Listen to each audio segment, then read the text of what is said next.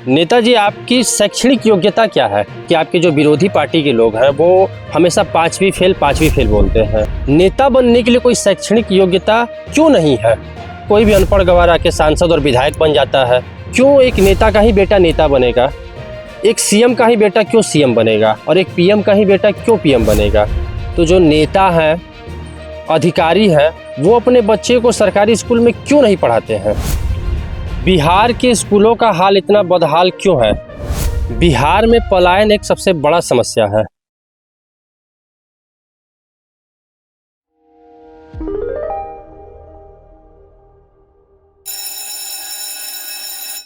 बर्बाद गुलिस्ता करने को तो बस एक ही उल्लू काफ़ी था। बर्बाद गुलिस्ता करने को तो बस एक ही उल्लू काफ़ी था। यहाँ तो हर साख पे उल्लू बैठा है, अंजामे गुलिस्ता क्या होगा। नमस्कार, मेरा नाम है सत्य प्रकाश। बहुत बहुत स्वागत है आपका हमारे YouTube चैनल पे। आज हम बात करने वाले हैं बिहार के शिक्षा व्यवस्था को लेकर के। बिहार वो पावन धरती जहाँ पे महात्मा गौतम बुद्ध, भगवान महावीर, चाणक्य और आर्यभट्ट ने ज्ञान की प्राप्ति की। एक समय था जब यहाँ पे नालंदा और विक्रमशिला जैसे विश्वविद्यालय हुआ करते थे, जहाँ देश विदेश से छात्र आके शिक्षा ग्रहण करते थे। लेकिन आज इसी बिहार की शिक्षा व्यवस्था की क्या स्थिति है, इसी विषय पे चर्चा करेंगे।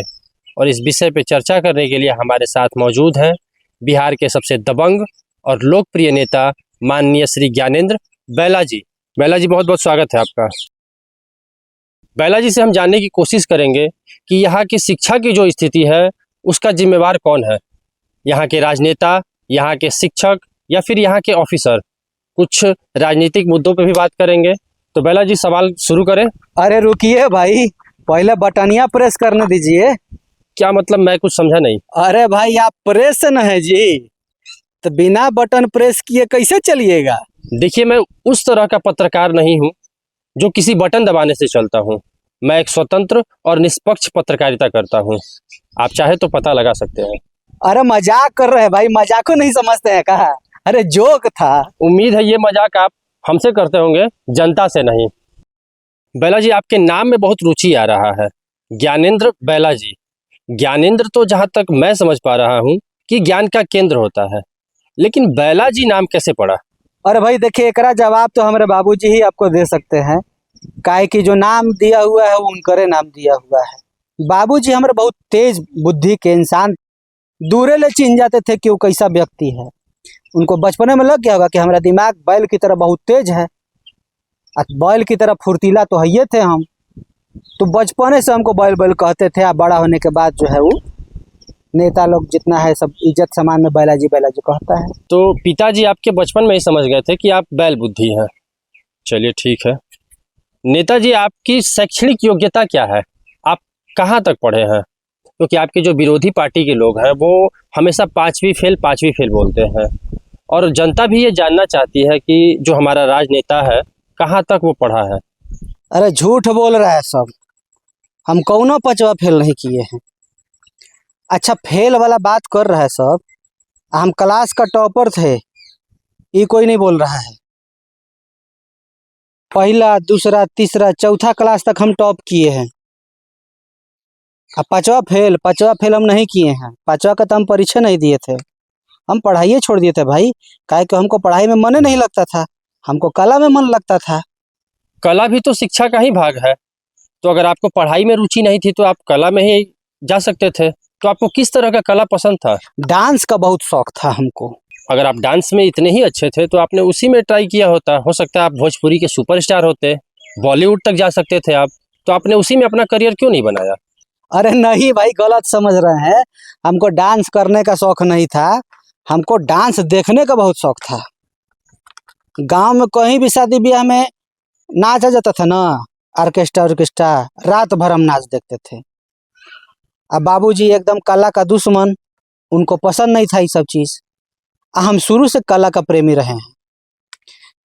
और एक बार क्या हुआ कि देखिए, हम कला को थोड़ा सम्मान देते हैं, थोड़ा पुरस्कृत करना चाहिए। अब बाबूजी का कुछ पैसा लेकर के हम इनाम में दे दिए कलाकार लोग को, और उसी पे खिसिया के हमको बहुत मार मारे, स्कूल में बहुत बेइज्जती किए। तबे से हम स्कूल छोड़ दिए कि जौना जगह पे इज्जतें नहीं है उजा जाके का फायदा। पिताजी का पैसा आपने उड़ा दिया, तो कितना पैसा था वो? अरे ये कुछ 50,000 रुपया था। तो यही कारण था कि पिताजी ने आपको स्कूल से निकाल दिया? अरे नहीं भाई, हम खुदे छोड़ दिए स्कूल। कला का दुश्मन शुरू से बाबूजी रहे हैं। चलिए, पिताजी ने कम से कम कुछ तो सराहनीय कार्य किया है। चलिए, आपकी शिक्षा की तो बात हो गई, अब बाकी नेताओं के बारे में बात करते हैं कि भारत में नेता बनने के लिए कोई शैक्षणिक योग्यता क्यों नहीं है। वहीं दूसरी तरफ अगर देखा जाए तो सरकारी नौकरी के एक छोटे से पद के लिए अगर हम आवेदन देने जाते हैं तो कम से कम 10 पास तो होना जरूरी है, लेकिन वही कोई भी अनपढ़ गंवार आके सांसद और विधायक बन जाता है। तो क्या आपको नहीं लगता कि अगर पढ़ा लिखा व्यक्ति अगर राजनीति में आएगा तो हमारे देश का अच्छे से विकास होगा? अरे हम लोग सेवक लोग हैं ना भाई, हम लोग कोनो कर्मचारी हैं। हम लोग जनता का सेवक हैं, जनता का सेवा करते हैं। आई कहाँ लिखल है कि एगो पढ़ा लिखा लिखाली जनता का सेवा कर सकता है, अनपढ़ आदमी सेवा नहीं कर सकता है? संविधान में लिखल है का कि खाली पढ़े लिखल सेवा करेगा? हम लोग का कोनो टाइम टेबल है सरकारी कर्मचारी लिखा है? अरे 24 घंटा 7 दिन हम लोग सेवा में लगे रहते हैं। जब ये देश आज़ाद हुआ था ना, तो एकरा में अनपढ़ आदमी या पढ़ल लिखल सब लड़ाई लड़ा था, तब जाके देश को आज़ादी मिला है। जब ये देश को अनपढ़ आदमी आज़ाद करा सकता है तो राजनीति नहीं कर सकता है। अब कह रहे हैं कि पढ़ल लिखल आदमी ये देश का ज़्यादा विकास करेगा। पढ़ल लिखल आदमी जब आता है ना गांव में, तो गरीब आदमी के घर में जब जाता है ना, तो नकिया बंद कर लेता है कि महक रहा है। तो गरीब का दुर्गंध तो बर्दाश्त नहीं होता है, वो विकास का करेगा। और जब तक आप गरीब का घर में नहीं जाइएगा, उसका समस्या कैसे जानिएगा? हम अनपढ़ लोग ही जाते हैं गरीब का घर में। अरे हम लोग इतना जमीन से जुड़े हुए आदमी हैं कि हम लोग अपना मातृभाषा को नहीं छोड़ते हैं। अंग्रेजी तो हमको आता है। I can talk English in the form that the time is the world is a very cute in person in the world, so I am very good in English, but I am not talking in. हम लोग को आता है, लेकिन हम लोग काहे बोले दूसरा का भाषा? अंग्रेजी हम लोग का भाषा है, हम लोग का भाषा हिंदी है। हम लोग को गर्व करना चाहिए। आई जितना पढ़ा लिखल आदमी लोग होता है ना, जब थोड़ा पढ़ लेगा तो ध्यान दीजिएगा, सबसे पहले वो अपना गांव छोड़ेगा। जब और पढ़ लेगा ना तो अपना राज्य छोड़ देगा, और जब बहुत पढ़ लेगा तो अपना देश छोड़ देगा। तो ये बताइए कि जौन व्यक्ति तनी मनी पढ़ करके अपना मातृभाषा भूल जा रहा है, अपना माइयों को भूल जा रहा है, जब खूब पढ़ ले रहा है तो अपना भारत माँ जो देश है इसी को भूल जा रहा है, वो कभी गरीब का विकास करेगा? जो आपका देश का नहीं हुआ, जो अपना माँ का नहीं हुआ, वो गरीब जनता का विकास करेगा? गरीब आदमी का अगर कोई सुन सकता है तो एक अनपढ़ व्यक्ति ही है। तो आपका कहना है कि आप सेवक हैं, तो फिर सरकार के तरफ से जो सैलरी आती है या फिर जो पेंशन आता है, आप उस चीज़ को क्यों लेते हैं? जितना तनख्वाह आता है ना, ओकरा से बेसी हम दान कर देते हैं, उससे बेसी गरीब का मदद कर देते हैं। हम कोनो सरकारी गाड़ी हुआ, बंगला हुआ, ये सब कुछ नहीं लिए हैं। हमारा अपना पर्सनल एगो छोटा सा डिफेंडर है, उसी से चलते हैं। घर जो है हमारा आप देखिए रहे हैं, वो घरवे में रहते हैं। हम सरकारी बंगला उंगला कुछ नहीं लिए हैं। का कोई देगा भाई? हम ओकरा से बेसी गरीब को दे देते हैं भाई। हम जनता का सेवक ना है भाई। जनता यहाँ दुख काटेगी, हम सुखी से रहेंगे? ये होगा हमसे? कभी नहीं होगा। नेताजी, आप जिस डिफेंडर की बात कर रहे हैं वो 2 से 3 करोड़ की आती है। अब कितना का आता है हमको नहीं मालूम। कार्यकर्ता लोग है, वही लोग बोला कि नेताजी ले लीजिए डिफेंडर। चलो लोग का मन है तो ले लिए। इक्वल में पैसा नहीं देखते हैं हम। जिस बंगले में आप रहते हैं वो कम से कम 50 से 60 करोड़ का है। वो घर भले कतनों करोड़ का हो, वो घर में हम रहते नहीं। हम तो गरीब जनता के बीचे में रहते हैं। मुश्किल से हम घर में आते होंगे तो 1 घंटा के लिए आते होंगे, ना तो मेरा खाना पीना रहना सब गरीब के बीच में ही रहता है। हम गरीब के लिए जीते हैं, गरीब के लिए मरते हैं, अब मरते दम तक गरीब का सेवा करेंगे हम। गरीब का सेवा करने में कोई माई का लाल हमको नहीं रोक सकता है। हम करेंगे गरीब का सेवा। अनपढ़ है तो है, हम गरीब का करेंगे सेवा, कौन रोक लेगा? तो अब पढ़ा लिखा नेता चुनना है या फिर अनपढ़ नेता चुनना है, ये तो जनता को तय करना है। मेरा अगला प्रश्न इस राजनीति को लेकर ही है कि नेपोटिज्म पे आप क्या कहेंगे? क्यों एक नेता का ही बेटा नेता बनेगा? एक सीएम का ही बेटा क्यों सीएम बनेगा और एक पीएम का ही बेटा क्यों पीएम बनेगा? ये लोकतंत्र है या फिर परिवार तंत्र है? क्या एक नेता का ही बेटा नेता बनने के लायक है या फिर सीएम पीएम बनने के लायक है? एक आम आदमी का बेटा या फिर एक किसान का बेटा, आपको नहीं लगता कि वो भी बन सकता है? भाई आप मीडिया लोग को खाली नेताओं लोग का बेटा में नेपोटिज्म दिखता है, आप बॉलीवुड में दिखता है, बाकी कहीं नेपोटिज्म नहीं है। किसान का बेटा किसान बन रहा है, वहाँ नेपोटिज्म नहीं है। मजदूर का बेटा मजदूर बन रहा है, वहाँ नेपोटिज्म नहीं है। वहाँ तो सवाल नहीं करने गए आप लोग। नेपोटिज्म नेपोटिज्म आप लोग कहले हैं कि काहे नेता लोग अपना बेटवे को नेता बनाता है।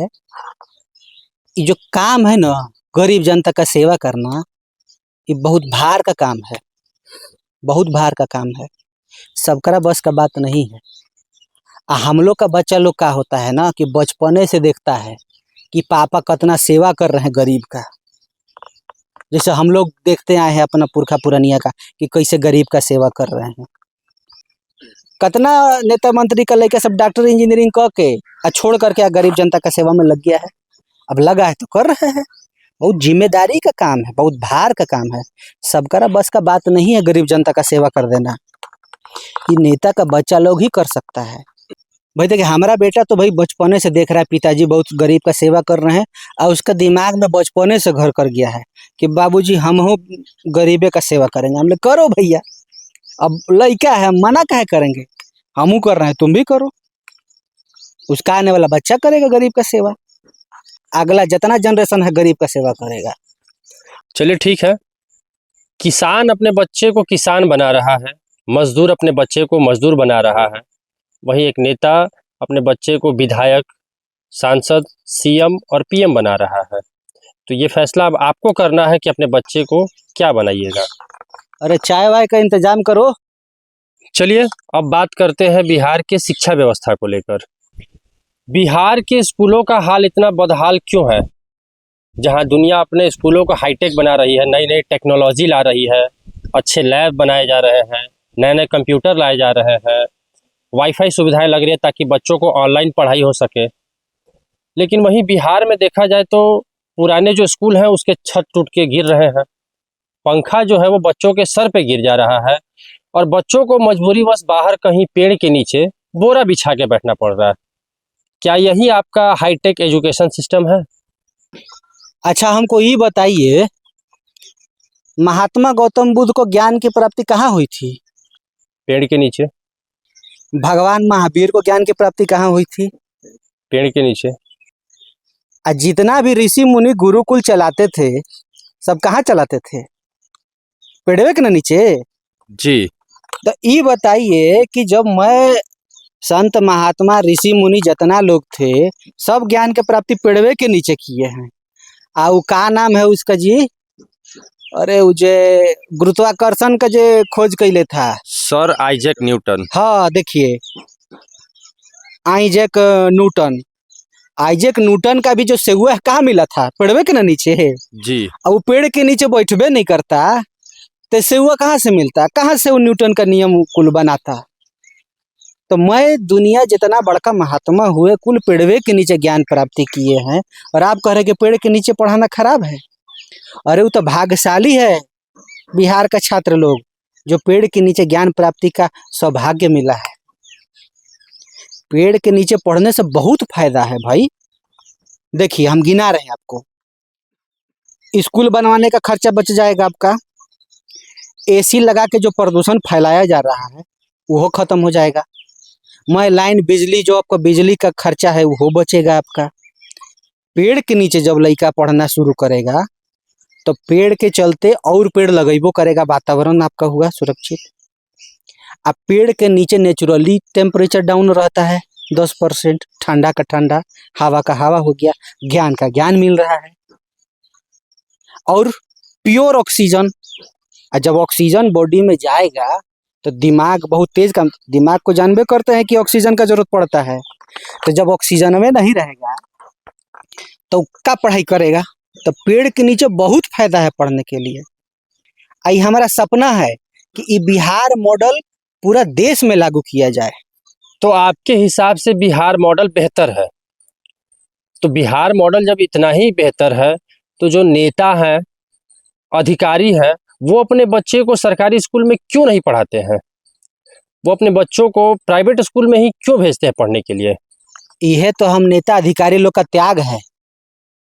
यह त्याग को सब स्वार्थ समझ लेता है। ये बताइए, हम लोग गरीब का बच्चा लोग फ्री में पढ़ाई कर सके, एकरा चलते पैसा लगा करके अब प्राइवेट स्कूल में अपना बच्चा लोग को हम लोग पढ़ाते हैं। अगर हम लोग जितना नेता है या जितना अधिकारी है अपना बच्चा लोग को सरकारी स्कूल में डाल देंगे ना, तो आप ही लेखा रिपोर्टर आएगा सवाल करने के लिए। आज जनता भी सवाल करेगी कि सारा स्कूल में तो नेतवे अधिकारी का बच्चा भरल है, हम लोग का लड़का कहाँ जाएगा? कहिएगा कि नहीं कहिएगा?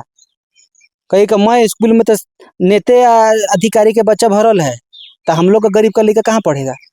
तो स्कूल खोला गया है वो गरीब का बच्चा के लिए। हम आपको शुरू से बता रहे हैं, हम लोग को गरीब पे जितना ध्यान है अपना कुछ भी ध्यान नहीं है। हम लोग गरीब के बच्चा के बारे में सोच रहे हैं, गरीब के बारे में सोच रहे हैं। इतना कह रहे हैं, हम लोग का बच्चा लोग को तो अंडो खरीद के खाना पड़ता है, हम लोग को तो फ्री में अंडो मिलता है। अभी बताइए, 5-5, 6-6 लाख रुपया लगा लगा करके साल का 5 लाख 6 लाख रुपया फीस लगता है हम लोग का बच्चा लोग का। अभी गरीब आदमी कहाँ से दे पाएगा? तो 5-6 लाख रुपया लगा के हम लोग प्राइवेट में पढ़ाते हैं ताकि गरीब का बच्चा सरकारी में पढ़ सके। हम लोग का बच्चा लोग जो ना मास्टर से पढ़ता है ना, उन लोग का तनख्वाह पता कितना होता है? 10,000 15,000। जितना प्राइवेट स्कूल का मास्टर लोग है उन लोग का तनख्वाह 10,000 15,000। जितना गरीब का बच्चा लोग है ना, वो जितना मास्टर लोग से पढ़ता है सरकारी, कुल ही का तनख्वाह 50,000 से लेकर 1.5 लाख रुपया है। अभी बताइए कि किसका बच्चा बढ़िया मास्टर से पढ़ रहा है, गरीब का बच्चा कि हम लोग का बच्चा? इतना त्याग कैला के बाद, इतना बलिदान देला के बाद भी हम लोग को गाली सुनने को मिलता है कि नेता ऐसन है, नेता वैसन है। अरे हम लोग तो इस देश में मर मिटने के लिए तैयार हैं। समझिए कि हम लोग आम आदमी नहीं है, हम लोग अवतार लिए हैं। अब बहुत जनता लोग तो गरीब का मसीहा मसीहा भी कहता है, गरीब का भगवान, गरीब का भगवान, लेकिन भगवान नहीं है हम लोग भाई। लेकिन हम लोग जनता का सेवक हैं। हम लोग आए हैं यहाँ पर, पृथ्वी पे अवतार लिए हैं गरीब का सेवा करने के लिए। तो चाहे गरीब का बच्चा हो या चाहे गरीब हो, निस्वार्थ रूप से सेवा किए हैं और आजीवन करते रहेंगे, चाहे इसके लिए हमारा जितना संपत्ति लग जाए। तो अभी आपने बताया कि आपके बच्चों को प्राइवेट स्कूल में अंडा खरीद के खाना पड़ता है और सरकारी स्कूल में फ्री में मिलता है, लेकिन मुझे जहाँ तक जानकारी है कि वहाँ पे लिखा तो है कि अंडा, हरी सब्जियाँ और फल मिलेंगे खाने के लिए, लेकिन मिलता सिर्फ वहाँ पे खिचड़ी ही है। और वो भी खिचड़ी ऐसा होता है कि समझ में नहीं आता कि उसको खाना है या फिर पीना है। खिचड़ी से बढ़िया कोनो खाना है जी? हैं? खिचड़ी तो सबसे उत्तम है। अच्छा, डॉक्टरों जो आप बीमार पड़िएगा तो क्या बोलता है खाने के लिए कि खिचड़ी खाइए? काहे? काहे कि खिचड़ी बहुत फायदा करता है। आप कितनी बार खाते हैं खिचड़ी? अरे हमको तो रोज मिले तो हम रोज खिचड़ी खाएं। क्यों नहीं खाते हैं आप? अरे का करे, मजबूरी में। जितना है कुल खाना बनाने वाला रखे हैं वो कुल सब 5 स्टार होटल वाला है, उन लोग को खिचड़ी बनाना ही नहीं आता है। खाली देखिए तो पिज्जा, बर्गर, हई तंदूरी मोमो, हई तंदूरी टिक्का, ये कुल बनाता रहता है। हम लोग मजबूरी में खाते हैं वो सब चीज, हमको एकदम नहीं पसंद है भाई। हमको तो अगर खिचड़ी मिले तीनों टाइम सालों भर खिचड़ी खाएंगे हम। खिचड़ी में देखिए जितना प्रकार का सब्जी होता है कुल उसमें जाता है, चावल जाता है, दाल जाता है। कोई कोई को लइकवा बदमाशी करता है, चावलवा खाएगा दलवा खइबे नहीं करेगा। भाई प्रोटीन चाहिए ना भाई बाबू, तब ना शरीर विकास करेगा। हम कहे कि ना, ये जितना है कुल ही एके में डालो, खिचड़िए खिलाओ। खिचड़िया पानी लेखा तनी इसीलिए रखल जाता है काहे कि वो तनी आसानी से पच जाएगा और खाए में भी आसान रहेगा। तो खिचड़ी तो बहुत बढ़िया चीज है, खिचड़ी लेखा कोई भोजने नहीं है भाई। चलिए, खिचड़ी के साथ साथ अगर फल भी मिल जाता तो अच्छा होता। बिहार में पलायन एक सबसे बड़ा समस्या है और एक बहुत बड़ा राजनीतिक मुद्दा भी है। बच्चों को हायर एजुकेशन जैसे डॉक्टरी और इंजीनियरिंग के लिए दिल्ली, कोटा और बेंगलुरु जैसे शहरों में जाना पड़ता है। तो अगर ये सुविधाएं अगर बिहार में मिलती तो पलायन रुक जाता। क्या आपको नहीं लगता कि ये सभी सुविधाएं देख के पलायन को रोकना चाहिए? मुंबई का लड़का ऑस्ट्रेलिया पढ़ रहा है तो वो पलायन नहीं कर रहा है। दिल्ली का लड़का न्यूयॉर्क जाके पढ़ रहा है तो वो पलायन नहीं कर रहा है। अब बिहार का लड़का चल गया दिल्ली पढ़ने के लिए, बेंगलोर पढ़ने के लिए, तो पलायन कर गया। ये कौन कहा? अरे भाई, हम लोग का देश जो है ये हम लोग का अपना घर न है भाई, अपना देश न है, तो हम कहीं पढ़े। अरे हम ऐजा पढ़े चाहे ओइजा पढ़े, का फर्क पड़ता है? अब हम नेते लोग हैं, अब बिहार में जीत रहे हैं चुनाव, और जाके दिल्ली रह रहे हैं, तो मैं नेता पलायन कर गया है? नेता पलायन नहीं करता है, खाली मजदूर पलायन करता है। अब मजदूर का लड़का पलायन करता है, खाली मार पलायन पलायन चिलैले है। अब हमारे लड़का है साउथ कोरिया एगो पढ़ रहा है, एगो इंग्लैंड पढ़ रहा है, तो पलायन कर गया? ये कोनो बात हुआ?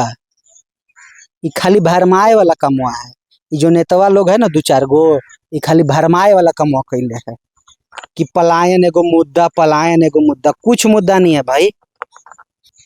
तो वह बिहार का बच्चा है, उसको नहीं पढ़ने का मन है यहाँ, वो जाके दिल्ली पढ़ना चाहता है, पढ़े, कौन रोक लेगा? अरे अपना देश है। जब हमारा भारत देश एक है, वोटर कार्ड एक है, आधार कार्ड एक है, तो जगह दूगो कैसे हो गया भाई? हम यहाँ कमाए चाहे वहाँ कमाए, क्या फर्क पड़ता है? देशे में न कमा रहे भाई। पलायन किसको कहते हैं जानते हैं? पलायन उसको कहा जाएगा जो देश में सब कुछ छोड़ छाड़ के बेच बाच के विदेश जाके बस गया, उसको पलायन कहा जाता है। बड़का बड़का जो आदमिया है, कुल ऐजा का बेच बाच के जाके रह रहा है विदेश में ना, उसको असली पलायन कहते हैं। इसको नहीं कहते हैं कि गए साल 2 साल खातिर पढ़ने के लिए वो पलायन कर गया, फिर आकर कर रहे। ये पलायन होगा? एक यह मतलब है। एक तो ये जब पलायन पलायन कोयले है ना, वो प्रॉपर गेंडा है वो। नेताजी, वो गेंडा नहीं, प्रोपेगेंडा होता है। चलिए ठीक है, आप तो बहुत सालों से राजनीति में हैं और जनता आपको चुन भी रही है। आपके खुद के भी बहुत सारे स्कूल्स और कॉलेज भी हैं। आपने गरीब जनता के लिए कोई ऐसा काम किया हो जिससे आपको बहुत गर्व महसूस होता हो? भाई काम तो हम इतना किए हैं कि गिनाने बैठेंगे ना तो साल 2 साल लग जाएगा। 2-4 उसी में से बता दीजिए। अब देखिए, ऐसे तो हम बहुत काम किए हैं गरीब आदमी खातिर, लेकिन उसमें से भी बहुत कुछ काम किए हैं जो कि हमको बहुत गर्व महसूस होता है। उसमें से हम बताते हैं कि बहुत ऐसा गरीब था जरा पास अपना बच्चा लोग के पढ़ाई खातिर पैसा नहीं था, सबको मदद किए हम। अब जैसे वो चाय वाला था, ओकरा अपन लड़का को पढ़ाना चाहता था, लेकिन ओकरा पास पैसा नहीं था, हम उसको MCA कराएं। अब एगो समोसा पकौड़ी बेचने वाला था, ओकरो पास पैसा नहीं था, ओकरा लड़का को बीटेक करा दिए हम। फिर ऐसे ही जितना सब्जी वाला हुआ, दूध वाला हुआ, और कपड़ा इस्त्री करे वाला हुआ, ये जितना सब गरीब लोग था ना, सबका बच्चा लोग को हम किसी को LLB करा दिए, किसी को PhD करा दिए। सबको कि जितना पढ़ना है तुमको पढ़ो, जितना पढ़ना है सबको पढ़ाए हम। सबकरा के पास डिग्री है, केहू के पास पोस्ट ग्रेजुएशन का डिग्री है, ग्रेजुएशन का डिग्री है, बिना डिग्री का कोई नहीं है, सबके पास डिग्री है आज। ये तो वाकई बहुत गर्व की बात है। लोग अपने भाई भतीजे तक को फ्री में नहीं पढ़ाते आजकल, और आपने तो गरीब के बच्चों को भी फ्री में पढ़ाया। अरे भाई, फ्री में कहाँ पढ़ाए भाई? फ्री में क्या कह दिया आपको? फ्री में आजकल कोई पढ़ाता है? फिर कैसे पढ़ाया आपने? अरे हम ये बोले कि उन लोग के पास पैसा नहीं था पढ़ाई खातिर, लेकिन उन लोग के पास जमीन था, घर था, खेत था, तो सारा जमीनवा खेतवा सब हम अपना नाम पे लिखवा लिए। अब लोग को बोले कि जितना पढ़ना है पढ़ो। सब हमारे स्कूल में पढ़ा, हमारे कॉलेज में पढ़ा है सब। तो ये क्या बात हुई? आपने उनकी ही जमीन ले ली और आपने उनको पढ़ाया। चलिए खैर ठीक है, आपने कम से कम उनको पढ़ा तो दिया। अब वो कम से कम अच्छी नौकरी कर रहे होंगे, अच्छा पैसे कमा रहे होंगे, उनके घर की स्थिति सही हो गई होगी। ना कमवा तो लोग वह कर रहा है जो लोग का पिताजी करते थे। वो चाय बेचते थे, उसका भी बेटवा चाय ही बेच रहा है। और सब्जी बेचने वाला का भी बेटा सब्जिए बेच रहा है। तो जब ये लोग वही काम कर रहे हैं तो फिर इस डिग्री लेने का क्या फायदा हुआ? पहले उन लोग के पास कोनो डिग्री नहीं था, बिना डिग्री का चाय बेचता था, लेकिन अब उन लोग के पास डिग्री हो गया है तो अब एमसीए चाय वाला कहता है। और बिना डिग्री का समोसा पकौड़ी बेच रहा था, लेकिन अब डिग्री हो गया तो बीटेक पकौड़ा वाला कहा रहा है। और दूध वाला जो है पीएचडी दूध वाला कहा रहा है, कोई एलएलबी सब्जी वाला कहा रहा है। तो पहले उन लोग के पास डिग्री नहीं था, अब लोग सबका पास डिग्री है और डिग्री लगा करके अपना व्यापार कर रहा है, बढ़िया पैसा कमा रहा है। तो ये थी बिहार के शिक्षा व्यवस्था पर माननीय बैला जी की राय। तो अब आप लोग बताइए कि आखिर समस्या क्या है। मेरा आखिरी सवाल ये है कि क्या गुलिस्ता की शाखों पर हमेशा उल्लू ही बैठेंगे या अब समय आ गया है समझदारों को चुनने का? धन्यवाद। जय हिंद, जय भारत।